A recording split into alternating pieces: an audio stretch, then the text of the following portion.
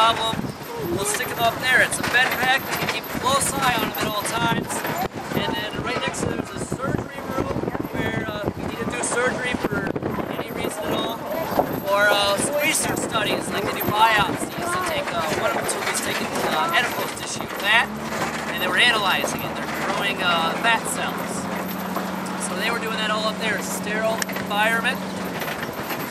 This here is our lactating barn. All the cows that we're milking are in this barn. It's about 360 big, few. We'll go back through there. Hopefully in a little bit we can drive through that. Nobody feeding in there today. This is we call it a G barn. We got so many barns we had to start giving them letters. But this is where the calves leave the calving barn, and when they're weaned for milk, we bring them up here. This here is our youngest group of calves. They range from 1 month roughly to about 4 months on this side. They are fed corn, oats, and there's some crumbles in there too. Or not crumbles, but pelletins.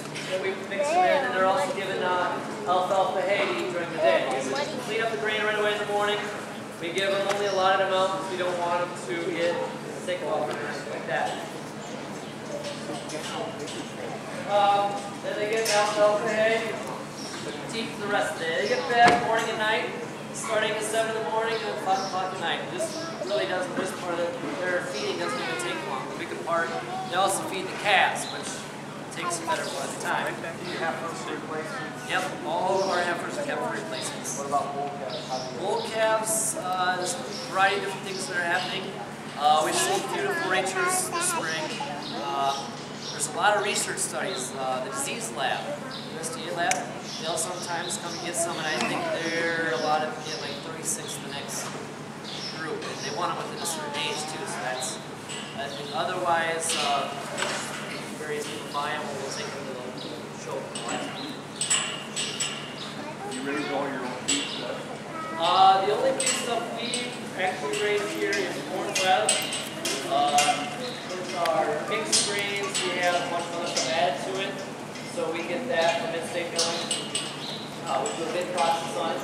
And then the hay products, we just don't have around for hay.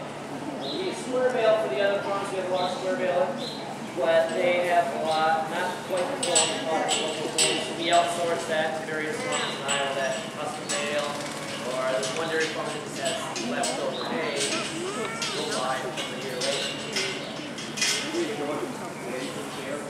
Free choice, just for this one pack. Everything else on this side is a full mixed ration, and that'll be hay with silage and have a dry cow pellet. How many breeds do you have? Right now we have, I don't think, jerseys. We have quite a few jerseys. We have quite a few brown Swiss. Majority, 90% I'd say, Holsteins. Then we have 2 Guernseys. And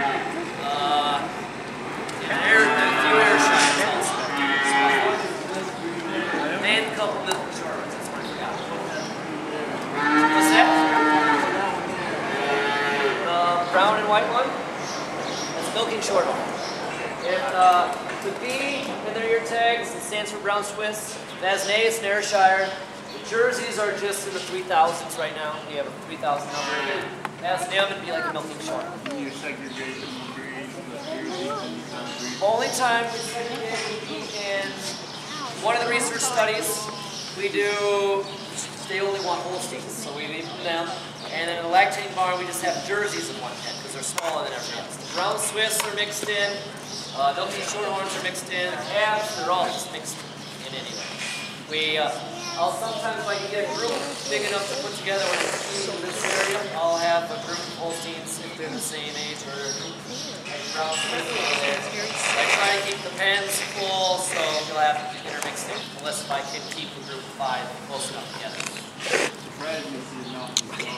We have a couple.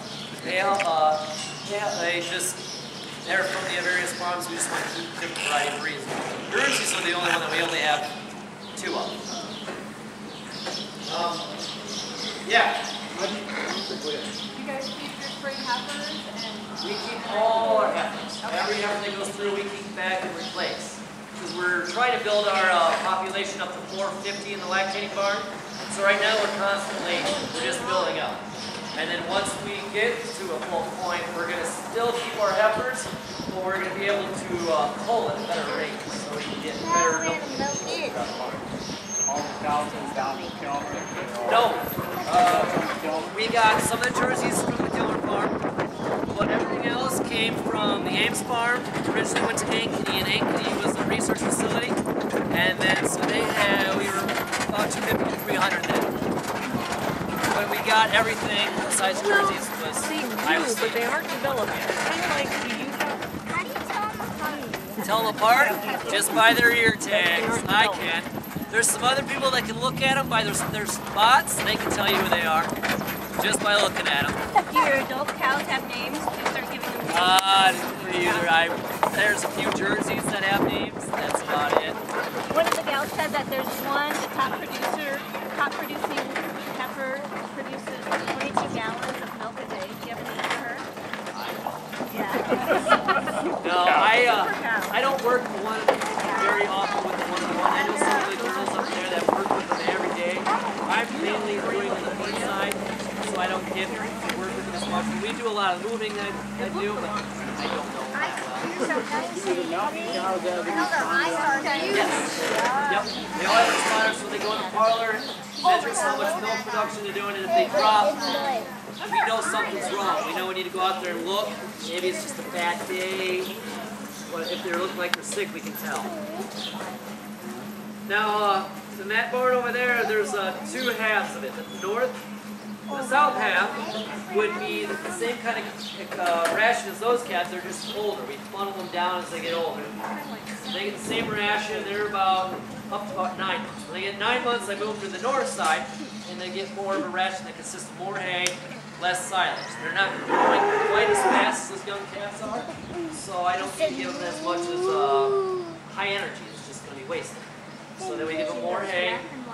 And then once they're breeding age, they go in this hoop barn over here. That's about 15 months. 12 to 15 is when we move them in there. And then with that group, we can monitor heats really well, and they're a lot better. And we have people coming down here constantly checking through there, pushing up feed, or people just run down here and quick look. And we've been doing really good. That barn is emptying faster than we can actually keep it full. Because we don't want to put too small of animals in there either, because it's just too big for it, smaller animals.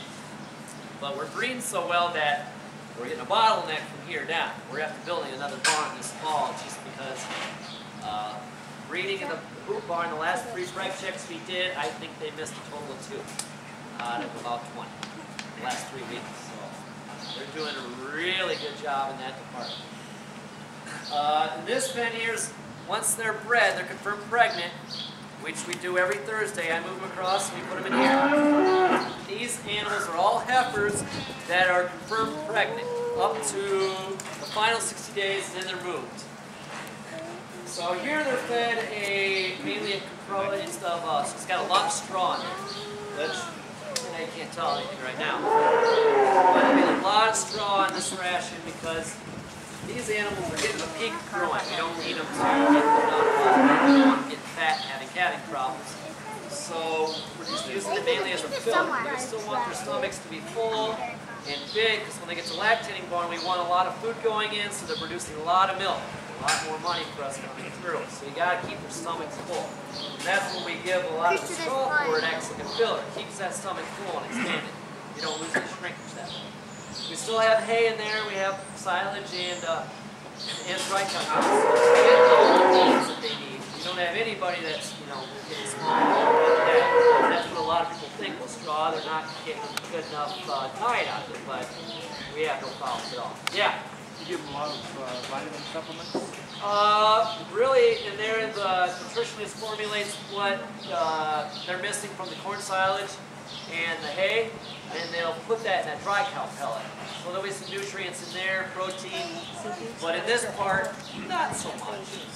I mean, they'll feed whatever's in the pellets, and I don't remember at the top of my head what it is. I got a list about this long of stuff that's back in there, so. But with the lactating barn, yeah, a lot of the lactating mix, they have a lot of different things in there just to sweep that ration to get it.